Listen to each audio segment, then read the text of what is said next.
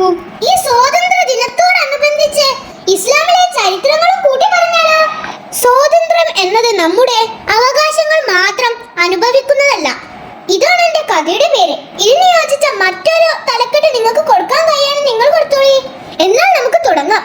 സ്വാതന്ത്ര്യം എന്നത് ഒരു രാജ്യം വിദേശാധിപത്യത്തിൽ നിന്ന് മോചിതമാകുന്നത് മാത്രമാണോ? അല്ലെങ്കിൽ ഒരു മനുഷ്യൻ മറ്റൊരു മനുഷ്യന്റെ അടിമത്തത്തിൽ നിന്ന് മോചിതനാകുന്നതും സ്വാതന്ത്ര്യമല്ലേ? ഇന്ന് നമ്മുടെ രാജ്യം സ്വാതന്ത്ര്യ ദിനം ഓർക്കുമ്പോൾ നമുക്ക് ഇസ്ലാമിക ചരിത്രത്തിലെ ഒരു മഹത്തായ മനുഷ്യനെ ഓർക്കാം. ബിലാൽ റളിയല്ലാഹു അൻഹു. അദ്ദേഹം ഉറച്ചു നിന്നു, അഹദ് അഹദ്, അല്ലാഹു ഏകനാണ്, അല്ലാഹു ഏകനാണ്. പീഡനങ്ങൾ കൂടിയിട്ടും ബിലാൽ റളിയല്ലാഹു അൻഹു തന്റെ വിശ്വാസം ഉപേക്ഷിച്ചില്ല. അപ്പോൾ അദ്ദേഹത്തിന്റെ ഈ അവസ്ഥ കണ്ട അബൂബക്കർ സിദ്ദീഖ് റളിയല്ലാഹു അൻഹു ബിലാലിനെ വാങ്ങി മോചിപ്പിച്ചു.